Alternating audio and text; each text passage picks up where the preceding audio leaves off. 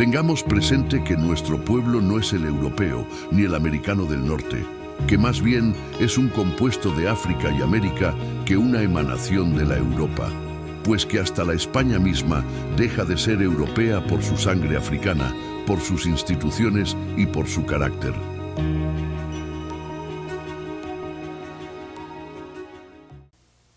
A las memorias de don Fernando Ortiz, Ibae, Nicolás Guillén, Ibae, Lidia Cabrera, Ibae, Rómulo La Chatañeré, Ibae, José Luciano Franco, Ibae, Odilio Urfé, Ibae, Juan Luis Martín, Ibae, Manuel Cuellar Vizcaíno, Ibae, Argeliel León, Ibae. Ibae Vallento Nú, Imbelé Solor Numares.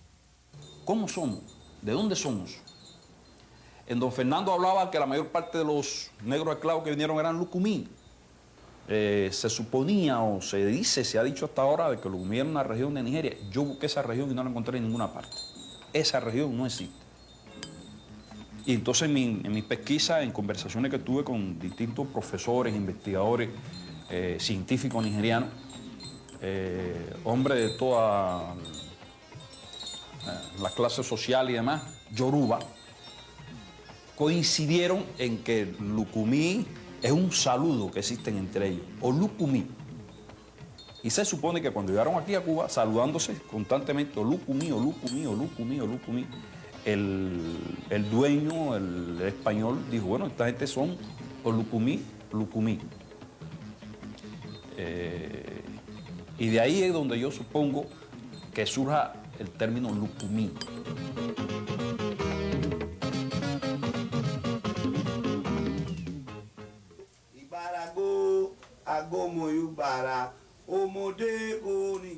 La función del lenguaje es abrir los caminos o cerrarlos. Por eso, ante todo, hay que contar con el lenguaje, porque él tiene la virtud, la facultad que le dio Olofi, Olor Numares, de interrumpir cualquier ceremonia que quiera efectuarse sin obtener antes su consentimiento.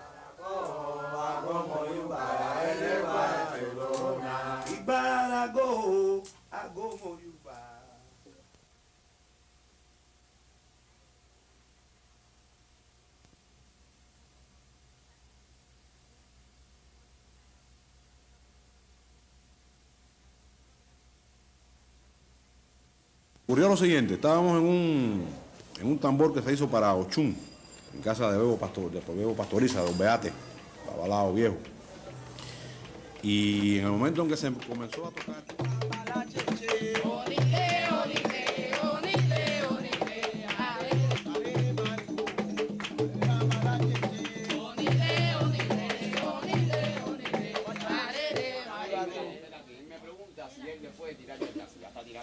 No, allá no va al público. No, mira, tira para el público. No, que le pasa, termine.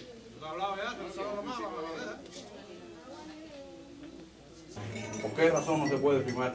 ¿Qué audio? Audio importante. Realmente respeto la opinión particular de los Bobochani, Chaporro y Lumbatán, Guaña, que hagan ese tipo de trabajo. Que permitan, ¿no?, hacer grabaciones a lo que es el tambor de fundamento. El tambor de fundamento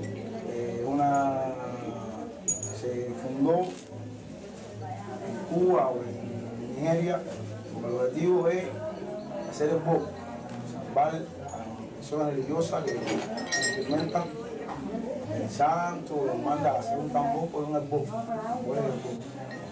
Entonces el tambor salva la vida religioso en ese momento, religioso de Lucumí. Cuando se fundó este tambor, el cual se llama el Luar Barda, la letra que sacó no permite que se le trate el tambor, que se le trate. Entonces menos podemos permitir nosotros grabar una película del tambor. Yo sigo la línea de lo religioso, respetuoso, que mantiene nuestra cultura religiosa aquí. Bueno, yo entiendo que eso que él te quiso decir es una cosa de una continuidad que nosotros debemos seguir. Conforme nosotros no dejamos que ninguna mujer se pare delante del tambor o al lado del tambor, porque no se debe parar del lado del tambor, el tambor no debe ni ser grabado, siendo tambor de fundamento, ni debe ser grabado, ni debe ser filmado. Ok. Bueno, imagínate, esas son cosas que nos han dejado a los viejos, a nosotros, la juventud. Y son cosas que nosotros tenemos que respetar obligatoriamente, porque de lo contrario estuviésemos profanando. ¿Entiendes? Y son cosas que respetamos nosotros y tratamos por todos los medios que no se pierda eso. No, y no es eso solo, porque el problema es que hay cosas netamente ritual en un tambor que no se hace en otro lugar. Y por ende se va a grabar una cosa que no se debe grabar, porque con eso se puede hacer una serie de comercios, de profanaciones. El mismo tambor, porque esto es un tambor de batalla, pero es una cosa profana. Esto es un tambor de película. Bueno, mira, en cuanto a eso te puedo decir de que los tambores de ceremonia son tambores batá, pero con añá, un tambor de ceremonia. Ahora, hay un tambor que es un tambor profano, que es el batá bricolá. El batá bricolá es un tambor profano, que es para tocar tanto en orquesta como en grupos aficionados.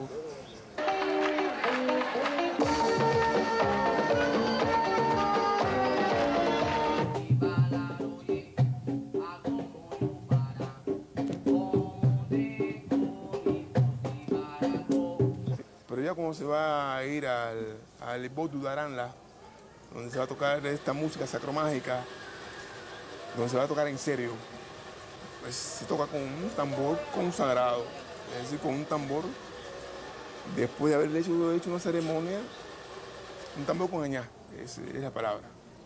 Añá es Osai. Osai. Y ese es el fundamento del tambor. La naturaleza es Osai. Y si Osai no tuviera esta naturaleza, usted no pudiese respirar, ni yo, no viviéramos, nos hubiéramos ahogado, no hay oxígeno. ¿Y qué anda el oxígeno? ¿No es Osai? Todas esas matas. ¿Es Osai? Ese es el fundamento del tambor. Donde tiene otras características que, bueno, ya más o menos se puede imaginar como religión. Yo te preguntaría a ti, Tato, ¿qué cosa es esto, Tato? Un tambor en ciernes, ¿no? Un trozo de madera. Un trozo de madera. No. Está convirtiéndose en un tambor. Bien, y esto que está aquí, ¿qué cosa es? Es un tambor batá. No, eso no es un tambor batá. No. Ese es el gran error. Eso no es un tambor batá. Ni esto tampoco es un tambor batá. Eso es un tambor o cóncolo. Es el llamado a tener el tiempo dentro del tambor de batá. Ya a la vez que el cóncolo pierde el tiempo, se echa a perder la ritmática del tambor de batá. O cóncolo o omelé, que quiere decir niño. Y tótele u omelencó, que quiere decir niño fuerte. Y tótele, que es este que tengo yo aquí en mis piernas. Es el tambor más melodioso que existe dentro de los tres tambores. Es quien define el toque que se está tocando. Y el tambor y ya, que quiere decir madre. Es el ejecutor principal del tambor de batá, del conjunto de los tambores de batá. Entonces, ¿qué es batá?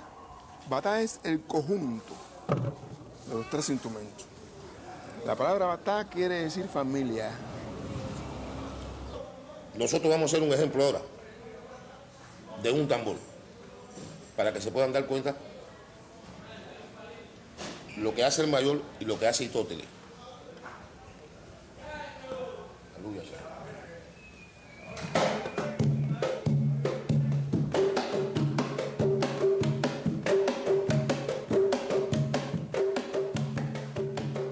La gran familia, la familia más armónica que hay sobre la faz de la tierra. No hay tambor que tenga la polirritmia de estos tres instrumentos.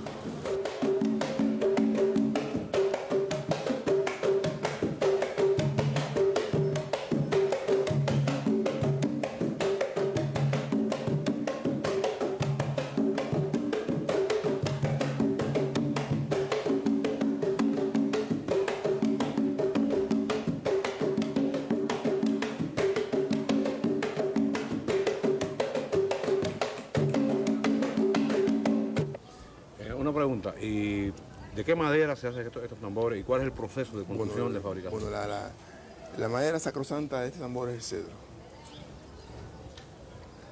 Para una música sacromágica, una madera sacrosanta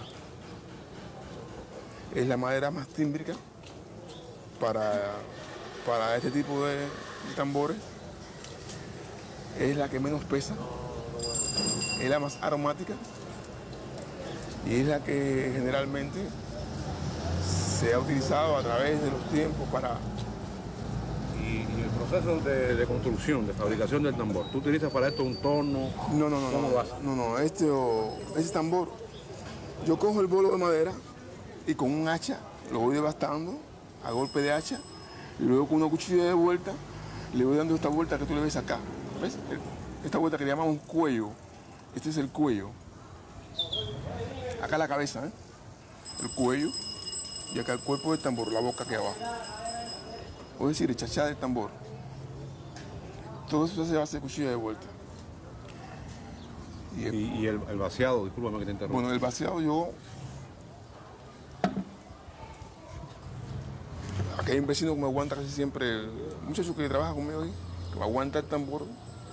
Yo le paso una barrera, después que al lado del hueco, a base de trincha y martillo, lo voy vaciando. Y después con esta cuchilla de vuelta que tuve aquí, le doy el toque final. Le doy el toque final. Siempre buscando que la fibra quede al hilo. ¿Ves? Que la fibra quede al hilo. Porque de ello depende. De ello depende. ¿Métase a la cámara un momento? De ello depende la emisión de la voz del tambor. ¿Ves? De ello depende la emisión de la voz del tambor.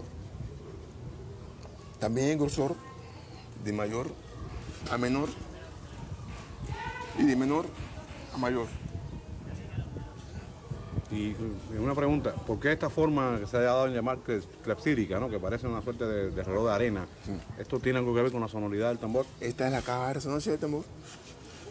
Esta es la caja de resonancia del tambor, donde más hay que trabajar. De aquí sale la voz del tambor. Digo, aquí se elabora la voz del tambor. Porque este tambor es bimembranófono, tiene dos membranas y el golpe del tambor no se produce de adentro hacia afuera, sino de afuera hacia afuera. El golpe del tambor sale del pache hacia afuera. No es como una especie de un tambor abacuá que le das en el parche y la voz sale por debajo. El tambor abacuá, la tumbadora, el tambor ará, el tambor y esa, se confunden en el sonido, pero el sonido de este es inconfundible. Cuando suena el batá, está sonando el batá. Esto es muy celoso. Una pregunta. Ustedes me dicen que la mujer no debe estar al lado del tambor cuando el tambor se está ejecutando. La mujer, mira, la mujer métula. Bueno, eso siempre ha sido así desde que yo tengo uso y razón y conozco de la religión, porque no es menos cierto que la menstruación interfiere con todas estas cosas religiosas. A los 10 años yo tuve un problema con la menstruación, de que los médicos decían que yo me iba a volver loca, porque yo fui señorita a los 10 años, a los 10 y medio, casi a los 11, no la veía, mi mamá se asustó y me llevó al pie del santo, casa de mi madrina, se me miró, la Santísima Caridad del Cobre dijo que tenía que hacerme santo por ese problema. Se me ocurre una pregunta, y es que, bueno, yo he visto, y todo el que ha ido a un tambor batá ha visto, cómo cuando se está ejecutando el tambor hay santeras que vienen y saludan al tambor, se aproximan, incluso lo tocan, lo besan. Le pone la frente, cruza el brazo y pone la frente, pero no llega, porque se para a una distancia que ellos que pueden cruzar, poner su frente y saludar.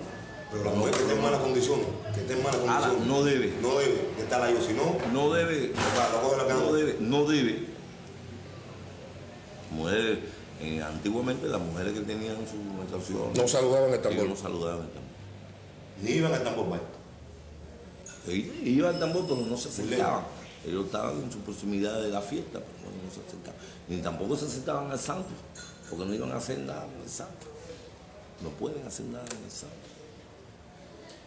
Quiere decir que la mujer menstruante no debe, durante tiene sus reglas, participar de ningún tipo de actividad en la que tenga que estar manipulando, tocando, ni siquiera sus propios orichas. El mismo día que yo entré a ser santo, que fue a los 11 años y medio, casi a los 12 años, me bajó mi menstruación.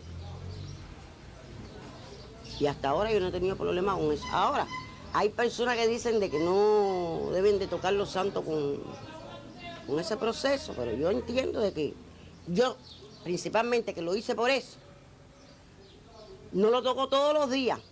Cuando tengo eso, yo tengo momentos que tengo necesidad de tocarlo con mi menstruación, yo lo toco porque yo lo hice por esa situación. Ahora, todo el mundo es un mundo aparte. Ahora el mío. Tengo 38 años de haber hecho santo y hasta ahora me ha ido de lo más bien. Nunca me ha pasado nada. Pero sí existe algo por la cual la mujer no debe de funcionar cuando está con su menstruación. Y así es en el caso del espíritu, así en el caso del babalao, así en el caso del santo, y así en el caso del tambor. Y bueno, en todos estos procesos religiosos siempre se encuentra una dificultad cuando la mujer está con su menstruación. ¿Tú como mujer te sientes de alguna manera marginada o discriminada porque esto es así? No, yo creo que no. ¿Por qué? Porque aquí hay religiones para hombres solamente y hay religiones para mujeres. En la que puede pertenecer la mujer, pertenece. A la que no puede pertenecer, no debe pertenecer. Y se debe incluir en eso. Porque esto ya te digo que es un gran misterio en torno a esta polémica. He sacado en conclusión que, bueno, nosotros somos un poco, ¿cómo diría? Estamos pagando un poco lo que sucedió cuando surgió el mundo con Adán y Eva, ¿no? Que bueno, Eva se comió la manzana de la discordia y por ahí para allá hemos pasado por todo este proceso y somos un poco discriminadas en estas cosas. Pienso que sea así. Cuando el tambor llama y baja cualquiera de los orillas, baja por cualquier cabeza. Porque la transmisión es libre, la transmisión que Olofi le da para que baje el oricha. Entre la tierra y el cielo. Sí. Ese Osain. Se ha dicho, hay algunas teorías o hipótesis elaboradas que pretenden afirmar que estos procesos de trance ocurren por la reiteración de determinadas células rítmicas, de determinados decibeles, que esto puede causar determinada pérdida de la conciencia en la gente. ¿Tú piensas que la música tiene algo que ver con esto? El tambor lo que produce, desde luego, es una vibración. Y eso no solamente en la práctica de los orichas, tú lo ves en cómo le va subiendo la presión arterial a las personas que bailan rap o bailan boogie boogie. O sea, hay una cuestión, ¿verdad?, de exaltación de la corriente sanguínea y desde luego esto irriga, hay una irrigación al cerebro, ¿no?, con más fuerza, ¿no? La cuestión auditiva también, ¿no? Ya tú tienes el ritmo, la cuestión de la audición del ritmo, más el mensaje del verbo a través de lo que se expresa en los cánticos, en loa a los orichas. Desde el punto de vista parapsicológico, todos estos fenómenos que se dan tanto en la religión como fuera de la religión, o sea, no es un problema de la religión como religión, sino que se dan incluso fuera de la religión, en personas incluso que a veces no tienen una historia religiosa, sino sencillamente asisten por primera vez a una actividad, un toque, una actividad esta religiosa, y ahí mismo pueden que monten el santo, que suban el santo o suban el muerto. ¿Por qué subirse? Bueno, porque el que ha pasado por ese trance ritual te puede decir que pierdes las piernas. Lo primero que pierdes, y eso te lo va a decir toda persona, y eso se ha hecho estudios sobre eso, que lo primero que pierdes es el control de las piernas. Y ya cuando llega aquí al estómago, esa pérdida de control, ya entras en un estado de ¿cómo te diría yo?, de convulsión, porque empiezas a perder el ritmo de la respiración, ¿no? Ya tú no tienes control del ritmo de la respiración y cuando llega a esta parte aquí te sientes que te estás ahogando. Ya después cuando llega aquí, lo que yo he sentido es como si una botella de champán hace psh, y ahí se pierde el sentido consciente. La persona no pierde la conciencia, sino que entra en un estado alterado de conciencia que le permite realizar todas estas actividades. Por ejemplo, la hipnosis no es más que eso, es un estado alterado de conciencia en el cual la persona acepta las ideas por sugestión. En este caso no se trata de aceptar ideas, sino sencillamente de manifestarse y de comportarse, porque incluso hay una conducta en la actuación del sujeto. El individuo se torna un consciente inconsciente, se torna un individuo dominado completamente por su inconsciente y ya no por su cubierta emocional, por su cubierta instintual, por su cubierta intelectual. ¿Comprendes? Nosotros somos un 10 consciente y un 90 de subconsciencia. En esa subconsciencia yo creo que entra en función ya la conciencia cósmica, que es la que nos permite predecir a través del trance, entra la comunicación de ese destino que está en el subconsciente y por ende pues la personalidad la personalidad individual se pierde y se toma la personalidad del fragmento de la divinidad que vive en tu subconsciente, que es lo que le llamamos nosotros oricha. Es una forma de energía, como la energía psíquica, como la energía química, como la energía física y demás. Que naturalmente hay personas que tienen más desarrollada esa forma energética, y estas personas tienen un desarrollo mayor y un control mayor sobre su energía espiritual y sobre sus capacidades extrasensoriales. ¿Qué es entonces el acto de posesión mediúnica? Es cuando se apodera del individuo completamente la energía, la forma energética que lo rige.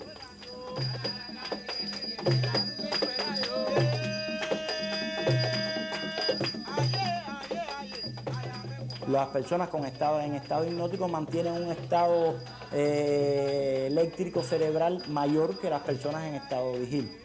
Este estado de mayor, diríamos, efervescencia eléctrica en la corteza posibilita precisamente la aparición de toda una serie de fenómenos que no se dan o que cuesta más trabajo darle en vigilia. La persona es capaz de recordar cosas que sucedieron hace mucho tiempo, o sea, hay una hipermnesia. La persona es capaz de actuar sobre su cuerpo a partir de la disminución o la ausencia de dolor, se produce una analgesia o una anestesia, y así sucesivamente se pueden provocar toda una serie de fenómenos en este estado. Y de ahí que el problema de la parapsicología, o sea, uno de los problemas de la parapsicología es ese: cómo yo llevar el fenómeno al laboratorio, cómo yo poder estudiarlo en un laboratorio, porque yo no puedo provocar la voluntad muchas veces. En el caso de los fenómenos religiosos y la posesión del muerto, del santo, etcétera, lo que se produce también en determinados momentos, tienen que existir determinadas condiciones, determinadas cosas, aunque en ocasiones el inconsciente falla, se equivoca, y se da en situaciones en las cuales no debía darse el fenómeno. Pero bueno, ya eso es un reflejo que echa a andar y ya no para.